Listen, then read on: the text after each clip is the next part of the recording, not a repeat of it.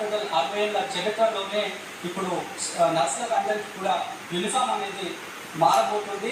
ఒక ట్రెండీ లుక్లో ప్రస్తుతానికైతే నర్సింగ్ స్టాఫ్ అంతా కూడా మనకు కనిపిస్తున్నారు. నేను వాళ్ళ గ్రూప్తోనే ఉన్నా, నిమ్స్ హాస్పిటల్లోనే ఉన్నా. మొన్నటి వరకు ఈ రకంగా ఇక్కడ మేడం మనకు కనిపిస్తున్నారు.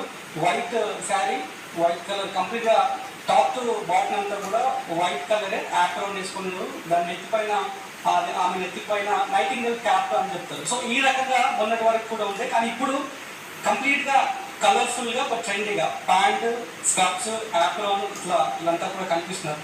వాస్తవానికి ఈ రకంగా చేంజెస్ గల కారణాలు ఏంటి, సో ఎట్లా ఉంటుంది ప్రొఫెసర్ ఒకసారి వాళ్ళని మాట్లాడతారు. సో చాలా వరకు నర్సులు అంటేనే అట్లా గుర్తుపడతారు, అట్లా చూడగానే పలానా నర్సు అని చెప్తారు హాస్పిటల్కి వచ్చేలా.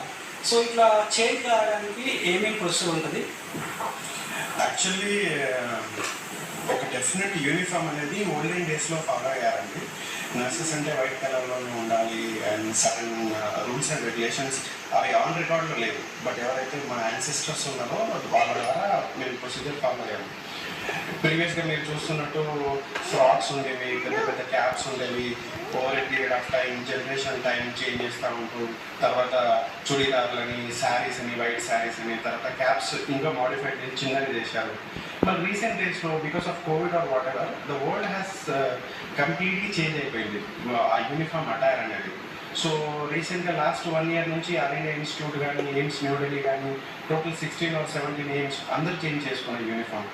సో అది చూసి కూడా మేము కూడా ఖచ్చితంగా మాకు కూడా బెడ్ సైడ్ నిజంగా వైట్ యూనిఫామ్ వేసుకోవాలి, శారీస్ వేసుకోవాలంటే నర్సెస్కి చాలా ఇబ్బంది.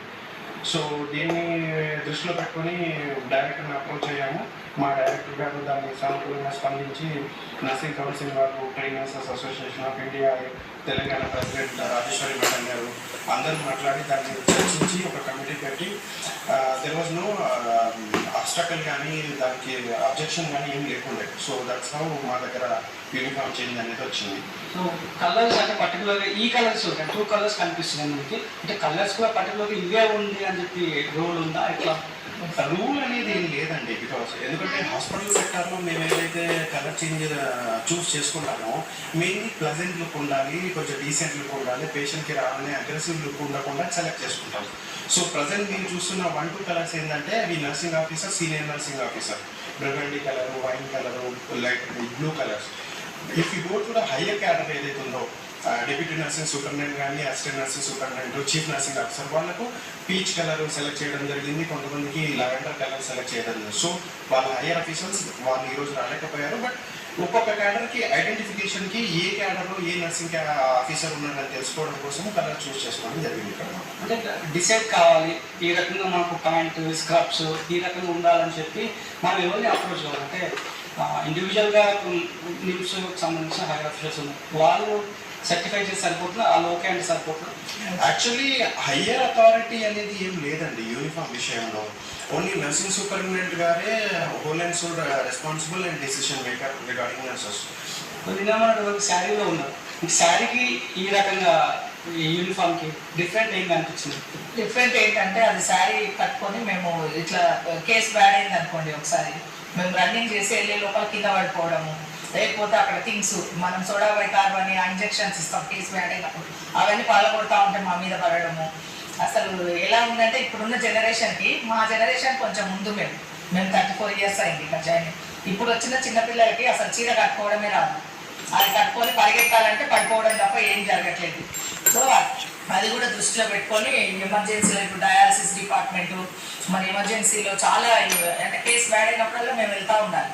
మేము ఎట్లా అంటే కార్డ్ పైన కూడా మేమే ఎక్కి కూర్చుంటాం, మేము కార్డియాక్ మసాజ్ చేయడానికి దీనికోసం అన్నమాట. సో అది చాలా ఇబ్బందిగా ఉంది ఆ శారీస్. అవి ఇంతకుముందు ఏముందంటే ఫ్రాక్స్ ఉండే కదా, ఫ్రాక్స్ ఉన్నప్పుడు అందరూ లావ్ కావడము, అట్లా ఫ్రాక్స్ వేసుకుంటే డీసెంట్గా లేదని శారీస్కి వచ్చాం. శారీస్ నుంచి ఇప్పుడు ఏమైందంటే నాకు కరోనాలో స్క్రబ్స్ అలవాటు అయిపోయింది. ఇవి చాలా ఈజీగా ఉంది మాకు ఈ యూనిఫామ్. అందరు ఇదిలో దీంట్లో మేము చుడిదార్ కూడా ఉంది, ఎవరికి ప్యాంట్ షర్ట్ ఇంట్రెస్ట్ లేని వాళ్ళు చుడిదార్ కూడా వేసుకోవచ్చు. ఆ కలర్ అన్ని క్యాడర్స్ని బట్టి కలర్ డిసైడ్ చేశాము. అది మేము మా నర్సింగ్ సూపరింటెండెంట్ మేడం, మా nursing officer madam, chief nursing officer madam approval చేసి మేము డైరెక్టర్ని కూడా వెళ్ళి కలిసాము. డైరెక్టర్ గారు కూడా ఒప్పుకున్నారు, మాకు పర్మిషన్ ఇచ్చారు. సో ఇది మేము ఇప్పుడు వేసుకుంటున్నాం అన్నమాట ఈ డ్రెస్. నర్స్ అనే వర్డ్ చాలా ఏళ్ళ నుంచి అంత అవసరం. అంటే ఎగ్జాక్ట్లీ మిమ్మల్ని ఏమని మెడికల్ టర్మ్ అంటే ఏమని పిలుస్తారు? మా నర్స్ ఇప్పుడు నర్సింగ్ ఆఫీసర్ చేశారు, సిస్టర్ అని పిలుస్తారు మామూలుగా. నర్సమ్మ నర్సు అని కూడా అనేవాళ్ళు ఒక జనరేషన్లో. కాకపోతే ఇప్పుడు ఏంటంటే మేము కూడా మంచిగా హై ఎడ్యుకేషన్తోనే వస్తున్నాం, ఊరికే రావట్లేదు ఇక్కడికి ప్రొఫెషన్. సో అందుకని మనకు మన గవర్నమెంట్ లాస్ట్ గవర్నమెంట్ ఉంది కదా, మన కేసీఆర్ గవర్నమెంట్, అప్పుడు వాళ్ళు నర్సింగ్ ఆఫీసర్ అని డిసైడ్ చేశారు. మొత్తం ఎయిమ్స్లో అక్కడ అంతా ఉంది నర్సింగ్ ఆఫీసర్సే ఎక్కడైనా కూడా. ఇప్పుడు గవర్నమెంట్ సెక్టార్లో మరి ఏం చేస్తారో తెలియదు, మేమైతే ఇక్కడ పర్మిషన్ తీసుకొని వేసుకుంటున్నాం. సో అంటే అన్ని హాస్పిటల్స్లో ఇట్లనే ఉంటుందంటారా? గవర్నమెంట్ హాస్పిటల్ ముందుగా అన్ని హాస్పిటల్లో కూడా ఇలానే ఇంప్లిమెంట్ చేయాలని కోరుకుంటున్నాము. యాక్చువల్గా నర్సు అనేది చాలా బిజీగా ఉంటుంది. సో వాళ్ళకు ఒక గౌరవమైన వృత్తిలో ఉండాలి కాబట్టి నర్సింగ్ ఆఫీసర్స్నిగా పిలవాలి, వాళ్ళు కూడా సంబోధించాలి. అదే sir or madam, no sister or no brother. ఇంకొకటి మగవాళ్ళని బ్రదర్స్ అంటారు, లేడీస్ సిస్టర్స్ అని అంటారు. యాక్చువల్గా సార్ ఆర్ మేడం అనేది ఇట్స్ డిగ్నిఫైడ్ వర్డ్ అనమాట. సో అన్ని హాస్పిటల్లో కూడా ఇదే ఇంప్లిమెంట్ చేయాలి, కంపల్సరీ తప్పకుండా అన్ని హాస్పిటల్లో ఇంప్లిమెంట్ అవుతుందని కోరుకుంటున్నాను. అంటే ఇంకా ఇప్పటికి కూడా కొన్ని హాస్పిటల్స్లో డిఫరెంట్ టైప్స్ ఆఫ్ క్యాప్స్ ఉంటాయండి. సో ఆ క్యాప్స్ని ఏమని అంటారు, ఏ టైప్స్ ఉంటాయి క్యాప్స్? ఇంకా కూడా గాంధీ హాస్పిటల్ అక్కడిక్కడ పొడవైనటువంటి క్యాప్స్ కనిపిస్తూ ఉంటాయి. సో వాటిని ఏమంటారు? వాటిలో మామూలుగా క్యాప్స్ అంటే నర్సింగ్ క్యాప్స్ డిజిగ్నేషన్ బట్టి ఉంటుంది. ఇప్పుడు జూనియర్స్ నా స్టాఫ్ నర్స్ అయితే ఒక క్యాప్, హెడ్ నర్స్ అయితే ఒక క్యాప్, నర్సింగ్ సూపర్వైజర్ అయితే వాళ్ళకి ఇంకా కొంచెం పెద్ద క్యాప్స్ అట్లా ఉంటాయి. సో మాకేంటంటే మేము క్యాప్స్ కూడా తీసేసారు అనమాట ఉన్న దాంట్లో. సో మా నామక్లేచర్ మారింది కాబట్టి నర్సింగ్ ఆఫీసర్స్ అట్లా. సో అందరు కూడా nursing officers, senior nursing officers, deputy అంటే చీఫ్ నర్సింగ్ ఆఫీసర్స్. సో ఈ ఆఫీసర్ అనే నామక్లేచర్ ఎప్పుడైతే చేంజ్ అయిందో, సో అప్పుడు మేము అనుకున్నాం యూనిఫామ్ కూడా మారితే బాగుంటుంది, మార్చితే. అది కాకుండా ఈ కోవిడ్లో మేము ఈ స్టెప్స్ తోటి చాలా కంఫర్ట్గా మేము పేషెంట్ దగ్గర చేయగలిగాం. సో అదే మనము మార్చితే బాగుంటుందని మాది నర్సింగ్ డిపార్ట్మెంట్లో ఎన్ఎంఈ నిమ్స్ నర్సెస్ యూనియన్ తరఫున మేము అంతా కూడా ఇవన్నీ కూడా మేము డైరెక్టర్ దృష్టికి తీసుకెళ్ళాము, ఎంఎస్ గారి దృష్టికి తీసుకెళ్ళాము, అలాగే మా నర్సింగ్ సూపరింటెండెంట్ దృష్టికి తీసుకెళ్ళి ఇవన్నీ చేంజ్ చేయడం జరిగింది. నిజంగా చెప్పాలంటే ఒక నర్సింగ్ డిపార్ట్మెంట్కి మేము చేసేటువంటి సేవకి ఒక గుర్తింపు వచ్చిందనేది మాత్రం మేము చెప్పగలం. యూజువల్గానే గవర్నమెంట్ కార్పొరేట్ హాస్పిటల్ కంపేర్ చేసుకుంటూ ఉంటాం. అందులో పనిచేసే వాళ్ళు అంటే సాఫ్ట్వేర్స్ అంటే మామూలు పనిచేసే వాళ్ళు సాఫ్ట్వేర్ పనిచేసే వాళ్ళ లైఫ్ స్టైల్ బాగుంటుందని చెప్తారు. సో మీరు ఇప్పుడు సేమ్ కార్పొరేట్లో ఉన్న నర్సింగ్ స్టాఫ్ లెక్కనే కనిపిస్తున్నారు. సో ఎవరు ఇనిషియేట్ తీసుకున్నారు ఈ రకంగా ఉండాలని చెప్పి మీరు ఎట్లా ఫీల్? లేదండి, యాక్చువల్గా మాది నామినిక్లేచర్ చేంజ్ అయినప్పటి నుంచి ఒక ఆఫీసర్ లాగా ఇచ్చారు, మాకు నర్సింగ్ ఆఫీసర్ ఇచ్చారు. అప్పటి నుంచి మా యూనిఫామ్ కూడా కొంచెం డిగ్నిఫైడ్గా ఉండి కంఫర్టబుల్గా ఉంటే, ఇప్పుడు బెడ్ స్ట్రెంత్ కూడా బాగా పెరిగిపోయింది, పేడ కేసులు ఎక్కువైతున్నాయి. దానివల్ల కొంచెం కంఫర్టబుల్గా మాకు ఉంటే బాగుంటుందని మేమంతా ఫీల్ అయ్యి మేము మా మేనేజ్మెంట్ వాళ్ళని, మా నర్సింగ్ సూపరింటెండెంట్, డైరెక్టర్ గారిని అడిగాం. ఎంతమంది ఉంటారు మొత్తం మీ స్టాఫ్ అంతా నిమిషంలో? అందరు 1000 మెంబర్స్ ఉన్నారు. అందరు 1000 మెంబర్స్కి మేము రిప్రజెంట్ చేస్తూ ఉంటాం నిమ్స్ నర్సెస్ యూనియన్. ఇలా ఐఎన్సీ రూల్ ప్రకారం చూస్తే ఇంకా 1000 మెంబర్స్ పైన మాకు రావాలి, స్టాఫ్ 10 మంది ఉండాలి.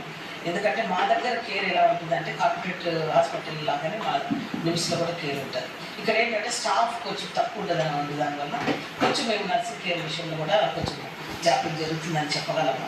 కానీ అయినప్పటికీ మేము శాశ్వతంగా మేము మాకు కేర్ ఇవ్వడానికి అయితే ప్రయత్నం చేస్తున్నాం. నర్సులనే ఒక అపోహ ఉంటుంది, అంటే కమ్యూనికేషన్ సరిగ్గా చేయరు వాళ్ళు, ఈ రకమైనటువంటి కొన్ని విమర్శలు మీ పైన వస్తుంటాయి. సో ఎట్లా ఉంటుంది?